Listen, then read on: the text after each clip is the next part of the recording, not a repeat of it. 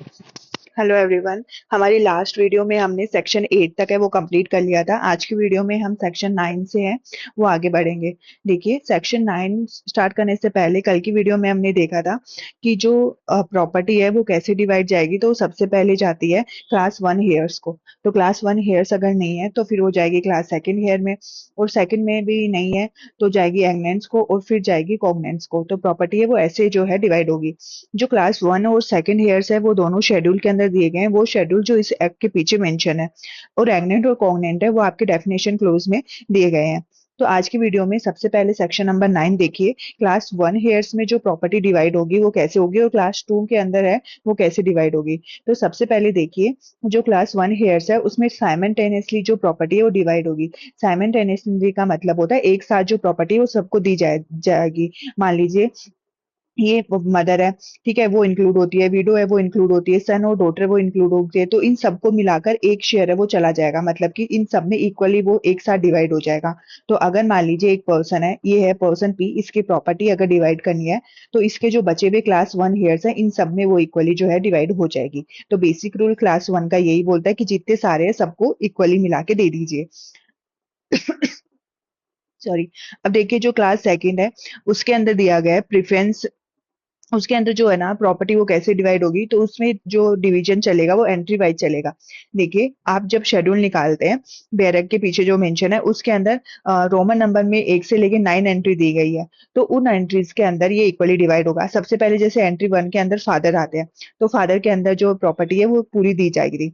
अब उसके बाद में एंट्री 2 आती है। एंट्री 2 के अंदर जो लोग दिए गए हैं तो उनमें सब में वो इक्वली डिवाइड हो जाएगी। मतलब 4 लोग वहां दिए गए तो चारों में क्या हो जाएगी, 1/4 1/4 डिवाइड हो जाएगी। तो जितने ज्यादा जो, if any one entry more than one person, तो इन सबको क्या हो जाएगी इक्वली। मान लीजिए एक एंट्री है जो सेकंड एंट्री, उसमें 4 लोग मेंशन है तो सबको 1/4 1/4 है वो मिल जाएगी। तो ऐसे जो है क्लास सेकंड के जो हेयर्स है उनको प्रॉपर्टी मिलती है। अब देखिए सेक्शन 10। तो सेक्शन 10 है वो बात करता है कि क्लास 1 में जो डिस्ट्रीब्यूशन कैसा होगा। तो आप डायरेक्ट में एक बार सेक्शन 10 निकालिए। इसमें कुछ रूल्स दिए गए हैं। ये जो रूल्स है 1 से लेके 4 तक है वो हमें दिए गए हैं। तो सबसे पहला रूल है वो समझिए। जो सबसे पहला रूल है वो बात करता है कि विडो जो है इंटरस्टेट की, उसके अंदर विडो सब विडोज को इक्वल शेयर्स है वो इक्वल शेयर है वो मिल जाएगा। मान लीजिए ये एक पर्सन है, पर्सन पी, ठीक है, इस पर्सन की डेथ हो जाती है। अब इसके मान लीजिए विडो 1 है और विडो 2 है। अब आप बोलोगे दो विडो कैसे होती है, शादी तो एक ही अलाउड है। तो देखिए, इस एक्ट को आने से पहले जो शादियां हो चुकी थी उनसे भी जो है वाइफ है वो कंटिन्यू चली आ रही थी तो वो विडो हो सकती है। बाकी अब जो है दो विडो नहीं हो सकती, पर उस टाइम की एक्ट से पहले अगर किसी ने शादी कर रखी हो और उससे अगर वो चला आ रहा हो तो विडो 2 भी हो सकती है। अब देखिए, पर्सन के दो विडो थी। अब ये पर्सन है वो मर जाता है, तो इसके मरने के बाद अब जो विडो 1 है और विडो 2 है इन दोनों को एक शेयर मिलेगा। मतलब ये जो एक शेयर है ये आपस में डिवाइड करेंगी। तो इनका जो मान लीजिए कैसे जाएगा, हाफ विडो 1 को चल जाएगा और हाफ विडो 2 को चला जाएगा। तो कितनी भी विडो हो, भले ही 2 हो 3 हो 4 हो, सब में जो एक शेयर है वो इक्वली जो है डिवाइड हो जाएगा। अब उसके बाद में देखिए, इसमें एग्जांपल दिया गया है इंटेस्टेड, मतलब जो आदमी मर चुका है वो, उसके पास क्या है, मदर है एक, जो विडो है वो है एक, एक है डॉटर और एक है सन। तो अब देखिए, हमने ऊपर क्या पढ़ा था, यहाँ पर हमने पहली लाइन पढ़ी कि साइमल्टेनियसली सबको जाएगा, मतलब सबको एक साथ इक्वली जो है पोर्शन जाता है। अब ये जो इंटरेस्ट रेट है इस पर्सन की प्रॉपर्टी है पी। अब ये कैसे डिवाइड होगी, तो ये इन सब में डिवाइड हो गई 1/4 1/4। क्यों? क्योंकि ये 4 लोग हैं, 1 2 3 4, तो इन चारों में 1/4 1/4 है वो शेयर मिल जाएगा इनको। अब देखिए, मान लीजिए ये विडो है, तो इस विडो के दो, या ये विडो है पर यहाँ पर दो विडो है, विडो 1 और विडो 2। तो अब इन दो विडो में कैसे डिवाइड होगा, तो वो जो इनका शेयर है, इनका शेयर कितना है 1/4। तो ये 1/4 है, ये इसमें और इसमें इक्वली डिवाइड हो जाएगा। तो एक शेयर इन दोनों को मिलेगा, वो शेयर कितना मिल रहा है, 1/4 मिल रहा है। तो विडो 1 और विडो 2 को जो एक शेयर है वो 1/1 1/4 1/4 का जो है वो आधा आधा मिल जाएगा, मतलब दोनों को मिलाकर जो है 1/4 मिलेगा।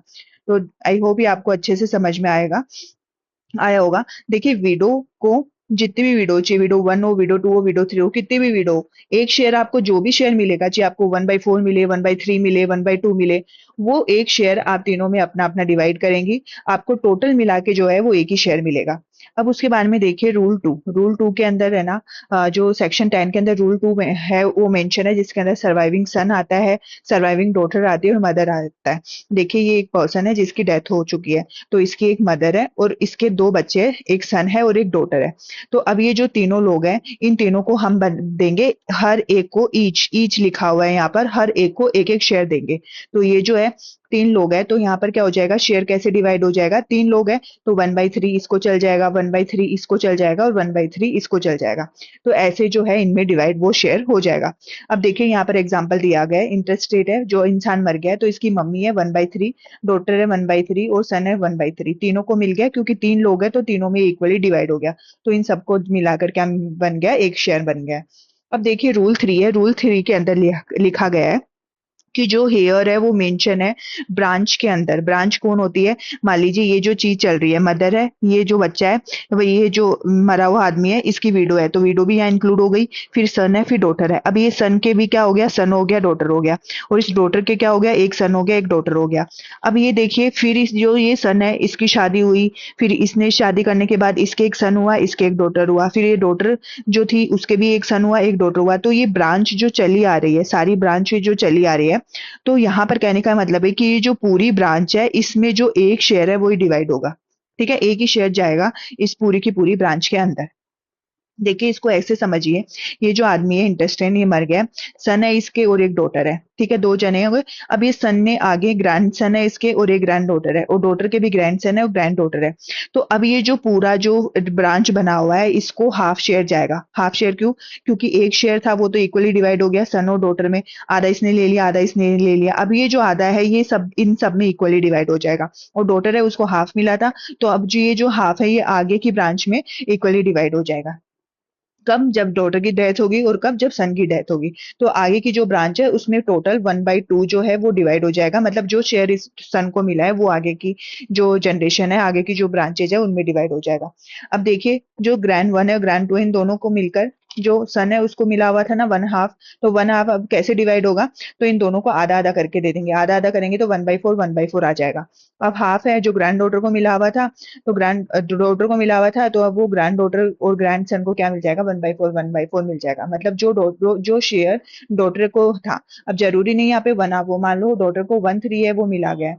अब डॉटर ने फर्दर है, अब डॉटर का जो फर्दर डिवीजन होगा वो 1/3 से S1 और डी के अंदर जो है डिवाइड हो जाएगा, मतलब जो शेयर मिला गया है वो आधा आधा आगे की जो भी ब्रांचेज है उनमें डिवाइड हो जाएगा। अब उसके बाद में रूल 4 है, रूल 4 के अंदर 2 क्लोज दिए गए, एक आई क्लोज, 1 क्लोज और सेकंड क्लोज, तो वो दोनों देखते हैं। सबसे पहले देखिए डिस्ट्रीब्यूशन है वो रूल 3 के अकॉर्डिंग है, वो हमने किया। रूल 3 के अंदर हमने कैसे किया, among the heirs in the branch of predeceased son shall be so made, जिसके अंदर हमने विडो को, सारी विडो को एक शेयर दिया, सर्वाइविंग सन को एक शेयर दिया और सर्वाइविंग डॉटर को एक शेयर दिया, मतलब सबको इक्वल पोर्शन में हमने ये शेयर दिया है, और उनकी उनकी जो ब्रांचेज है उनको हमने एक शेयर दिया है। तो रूल 4 है उसमें इतना सा बोला है कि अभी तक हमने क्या किया है, सारी जो विडोज है उनको मिलाकर हमने एक शेयर दिया, जो सर्वाइविंग सन है डॉटर्स है उनको हमने इक्वल पोर्शन में जो है एक एक शेयर दिया। उसके बाद जो ब्रांच है प्रीडिसीज सन की, मतलब कि जो नीचे की तरफ जो ब्रांचेस चली जा रही है उसको हमने सेम पोर्शन में क्या कर दिया, सबको इक्वली डिवाइड कर दिया। अब देखिए यहाँ पर एग्जाम्पल क्या है, इंटरस्टेट जो आदमी है उसकी सन है और डॉटर है। अब देखिए जो सन है वो मान लीजिए एक्सपायर हो गया है, वो मर गया है, तो मरने के बाद उसकी एक विडो है और एक उसके बेटा है और एक इसकी बेटी है। तो अब ये जो तीनों लोग हैं इनको मिलाकर क्या बन जाएगा, एक शेयर है वो बन जाएगा, मतलब जो हाफ शेयर इसको मिला हुआ था अपने दादा से, मान लीजिए ये दादा है और ये पापा और ये मम्मी है, तो दादा से मान लीजिए कोई शेयर मिला गया है, तो दादा से वो जो विडो है उसको, जो बेटा है वो बेटी है उसको, तो इनको मिलाकर क्या मिल जाएगा, वो जो हाफ शेयर है वो मिल जाएगा। अब इस हाफ को क्या करेंगे, वो इक्वली डिवाइड कर देंगे, मतलब कि 3 लोग हैं तो 1/3 है वो सबके आ जाएगा। अब मान लीजिए डॉटर है, ये भी एक्सपायर होगी, तो अब इसका जो हाफ शेयर है वो इसमें और इसमें इक्वली डिवाइड हो जाएगा। तो ऐसे है जो रूल 3, जो रूल 4 है उसका क्लोज 1 है वो चलेगा। अब क्लोज 2 के अंदर देखिए क्या दिया गया है, among the heirs in the branch of predeceased daughter shall be made that surviving son और सर्वाइविंग डॉटर है इनको इक्वल पोर्शन मिलेगा। इसको ऐसे समझिए, देखिए ये सन है और इसकी विडो है। अब डॉटर, इसका एक बेटा हुआ और एक बेटी हुई, 2 जने हो गए और इनमें हाफ शेयर दिया गया, इसमें भी हाफ शेयर दिया गया। डॉटर है उसका हस्बैंड है। अब देखिए डॉटर है उसका ग्रैंड 1 है ग्रैंड 2, जो ग्रैंड सन 1 है ग्रैंड डॉटर 2 है, तो इन दोनों को मिलकर जो होगा इक्वल पोर्शन में जो है डिवाइड हो जाएगा। ठीक है। तो दोनों मिला के क्या लेंगे, हाफ शेयर का आधा आधा हिस्सा ले लेंगे, 1/4 1/4। तो ये जो है सेक्शन 10 है, उसमें सिंपल सा डिस्ट्रीब्यूशन दिया गया है। आपको ये समझ में नहीं आया तो एक बार आप वापस समझ लेना, पर आप अगर डायरेक्ट की रीडिंग करने के बाद इसको पढ़ेंगे तो आपको ये बिल्कुल अच्छे से समझ में आ जाएगा। अब देखिए अगला सेक्शन नंबर देखिए, जो जो सेक्शन 11 है वो बात करता है कि क्लास सेकंड में कैसे जो है डिस्ट्रीब्यूशन होगा। तो क्लास वन में कैसे डिस्ट्रीब्यूशन होगा वो तो हमने पढ़ लिया कि सारी विडो को एक ही शेयर जाएगा, जो सर्वाइविंग सन डॉटर है मदर है उनको इक्वल शेयर जाएगा। फिर हमने पढ़ा कि जो प्री डिसीज सन की जो ब्रांचेज है, तो आगे की जितनी भी ब्रांचेज होगी उन सबको मिला के एक शेयर जाएगा। तो ऐसा डिस्ट्रीब्यूशन हमने सेक्शन 10 में पढ़ा, जो क्लास वन हेयर के लिए मेंशन था। अब क्लास टू जो हेयर्स है उनके लिए मेंशन है कि जो वन एंट्री के लोग हैं उनको इक्वली मिल जाएगा। मतलब मान लीजिए फर्स्ट जो एंट्री है, आप शेड्यूल जब निकालेंगे जो इस एक्ट के पीछे दिया गया है, तो सबसे पहले जो फर्स्ट एंट्री है उसके अंदर फादर है, तो जो भी डिस्ट्रीब्यूशन होगा वो पूरा का पूरा फादर ले लेंगे। ठीक है, क्योंकि फादर के अलावा उधर कोई और मेंशन नहीं है। फिर दिया गया है सेकंड एंट्री, तो सेकंड 1 से लेके 9 एंट्री वहां तक दी गई है, तो सेकंड के अंदर 4 लोग मेंशन है। तो अब इन चारों लोग में क्या हो जाएगा, वो इक्वली जो है डिवाइड हो जाएगा। ठीक है, मान लीजिए 4 लोग हैं तो 1/4 चारों को मिल जाएगा, तो हर एक लोग में वो क्या हो जाएगा, इक्वली डिवाइड हो जाएगा। बस इतना सा बेसिक रूल है सेकंड क्लास का। तो अब उसके बारे में देखिए एग्नेंट्स। एग्नेंट्स जो था वो हमने डेफिनेशन क्लोज के अंदर पढ़ा था। एग्नेंट्स कौन होते हैं, जो वोली थ्रू मेल्स होते हैं। वोली थ्रू मेल्स का मतलब मान लीजिए फादर हुए, फिर फादर के भाई हुए, मतलब कि आपके मान लीजिए फादर के भाई हुए, ठीक है, फिर उनका एक बेटा हुआ। तो अब ये सारी चीजें क्या निकल के आ रही है, ये एक आदमी से निकल कर आ रही है। मतलब ये भी मेल है, ये भी मेल है, ठीक है, ये भी मेल है और ये भी मेल है। तो ये सारे क्या हो गए, एग्नेंट्स हो गए, क्योंकि ये सारे क्या हो जाएंगे, ये निकल के आ रहे हैं आदमी से। आदमी मतलब एग्नेंट से निकल के आ रहे हैं। अब कोग्नेंट्स के अंदर क्या हो जाता है, मान लीजिए ये एक पर्सन है, इसी पर्सन एम है, फिर एम का क्या हो जाएगा, भाई। भाई तो एम का ये हो जाएगा भाई मामा, और इसका फिर सन आ जाएगा। तो अब ये देखिए इसके अंदर क्या हो जाएगा, बीच में मदर आ गई है। भले ही ये एक मेल है पर यहाँ पर अगर मदर आ गई है तो वो क्या हो जाएगा, कोंगनेंस हो जाएगा। कोंगनेंस मतलब वो नोट वोली थ्रू मेल, सारे के सारे मेल नहीं है। तो इस लाइन में क्या आ जाएंगे, बीच में एक फीमेल आ गई है, तो वो क्या हो जाएगा, पूरा कोंगनेंस हो जाएगा। अब देखिए जो फादर है और यहाँ पर चाचा है, तो इनका जो सन होंगे वो आपस में लिंक होंगे एग्नेंट से। अब ये फादर है और ये क्या है, फादर्स की बहन, तो फादर की बहन हुई बुआ। तो बुआ में जो दोनों बच्चे हैं वो कॉग्नेंट्स हो जाएंगे। अब देखिए सेक्शन 12 जो है उसके अंदर दिया गया है कि एग्नेंट्स और कॉग्नेंट्स है, उसके अंदर हम डिवीजन कैसे करेंगे। तो उसके अंदर भी 3 रूल है जो कि मेंशन है, वो देखते हैं। तो सेक्शन 12 के अंदर हमें दिया गया है कि हम एग्नेंट्स और कॉग्नेंट्स के अंदर कैसे है वो डिवीजन करेंगे। तो रूल 1 बताता है कि जो 2 हेयर्स है, ठीक है, हु हैज अ फीवर और no degree of the ascent is prefer. तो इसके अंदर ये बोला गया है कि जो भी प्रीफरेंस है वो किसको दी गई है ये बताया गया है। तो मान लीजिए अगर कोई प्रॉपर्टी है वो एग्नेंट्स और कोग्नेंट्स को देनी है, तो सबसे पहले रूल में हम ये देखेंगे कि जो रिलेटिव डिग्री है वो सबसे पहली पास में कौन है, तो जो पास में होगी उसको दे देंगे। अब यहाँ पर देखिए एग्जाम्पल समझिए, ये एग्नेंट 1 है और ये कोग्नेंट 1 है। अब यहाँ पर देखिए ये फादर है सिर्फ, पर यहाँ पे जो प्रॉपर्टी आई है वो पहले दादा के पास थी, फिर फादर के पास थी और फिर यहाँ कॉग्नेंट है। तो यहाँ पर हो गए 3 लोग और यहाँ पर हो गए 2 लोग। तो जो प्रेफरेंस है वो इसको दी जाएगी क्योंकि पास में ये है। तभी तो हम कहते हैं ना कि पापा की प्रॉपर्टी जाएगी बेटे को, फिर बेटे की प्रॉपर्टी जाएगी उसके बेटे को। तो जो सबसे नियर बाई रिलेशनशिप होती है हम प्रेफरेंस उसी को देते हैं। तो रूल नंबर 1 यही है कि जो जो डिग्री सबसे पास में है, जो रिलेशनशिप सबसे पास में है, उसी को हम, जो नियरर है उसी को हम क्या देंगे, प्रॉपर्टी है, जो प्रेफरेंस है वो देंगे।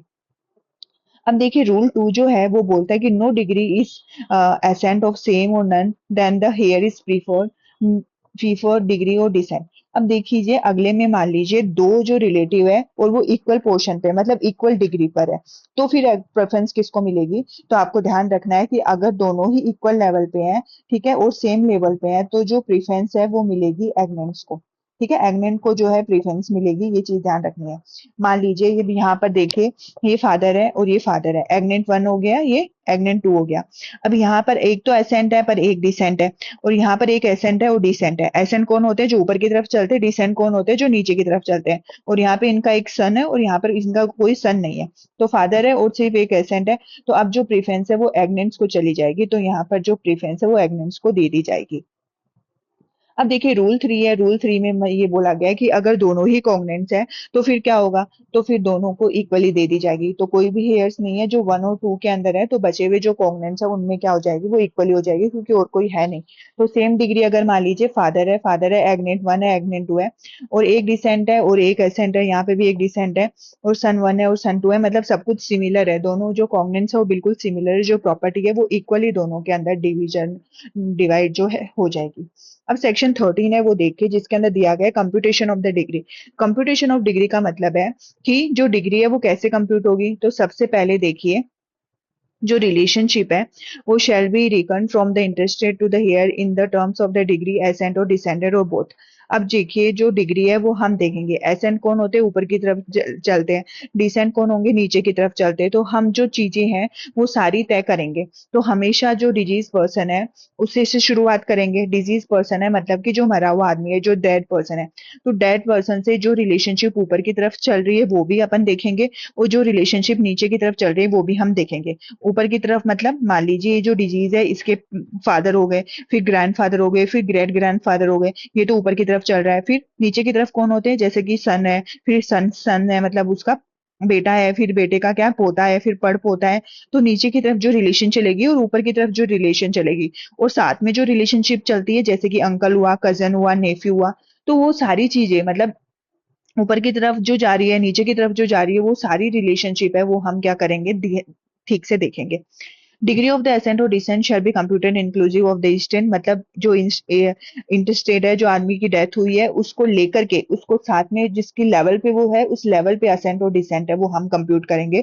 And every generation constituted degree इधर असेंडिंग और डिसेंडिंग, जो भी असेंडिंग है, असेंडिंग का मतलब कि जैसे कि ऊपर की तरफ जो रिलेशनशिप जा रही है, नीचे की तरफ जा रही है, क्योंकि डिजीज जो डिजीज पर्सन है उसके भाई भी होता है, जो उसके फादर भी होते हैं, तो सब उस डिग्री के अंदर है। फिर डिजीज की मदर भी होती है, फिर मदर से उसकी मदर की कोई सिस्टर है, उसका भी बेटा होता है, उसका भाई है तो उसका भी बेटा होता है। तो रूट्स जो है वो हर तरफ चल रही है। मान लीजिए ये कोई पर्सन है, तो जो रिलेशनशिप होगी वो इसके बराबर में भी चलेगी, जैसे कि इसका भाई हुआ, एस मान लीजिए इसका भाई नाम दे देते हैं हम पीटू, पीटू हुआ, फिर बहन भी हो सकती है इसकी, और यहाँ पर इसकी मदर हो सकती है, ऊपर इसके फादर हो सकते हैं, फिर फादर के ग्रैंडफादर हो सकते हैं, नीचे इसका बेटा हो सकता है S1, एक बेटी हो सकती है, फिर S1 का भी शादी हो गई मान लीजिए तो उसका भी बेटा हो सकता है। तो जो ट्री है वो हर वाइज चलेगा, तो हर जो डिग्री है उसको हम क्लियरली देखेंगे, और उसके बाद में ही जो चीजें हैं वो कंप्यूट होगी और मेंशन होगी। तो कंप्यूटेशन जो डिग्री का होगा वो हम जो डिजीज पर्सन है उसको लेकर कि जहां से वो जहां पर वो है उसके आगे की पीछे की सारी जो रिलेशनशिप है वो सारी हम देखेंगे, वो मेंशन करेंगे। देखिए अभी तक जो हमने पढ़ा पूरा वो था हिंदू जो मेल है उनको प्रॉपर्टी कैसे डिवाइड होगी। अब हिंदू मेल को प्रॉपर्टी डिवाइड करने के बाद जो फीमेल है उनको भी प्रॉपर्टी डिवाइड होती है, तो उसका डिवीजन कैसे होता है वो हम कल की वीडियो में देखेंगे। सेक्शन 14 से वो स्टार्ट है कि फीमेल हिंदू को कैसे जो प्रॉपर्टी डिवाइड होगी। अभी तक हमने मेल हिंदू की प्रॉपर्टी डिवीजन देखा था। तो आज की वीडियो के लिए इतना ही। अगर आपको कोई डाउट है ये रिलेशनशिप कैसे जो है डिवाइड करी गई, तो इस वीडियो को आप एक बार फिर देखना, आपको आराम से समझ में आ जाएगा। डायरेक्ट साथ में लेकर बैठना, तो आराम से है जो समझ में आएगा। फिर भी कोई डाउट है तो आप पूछ लीजिएगा। आज की वीडियो के लिए इतना ही। Thank you.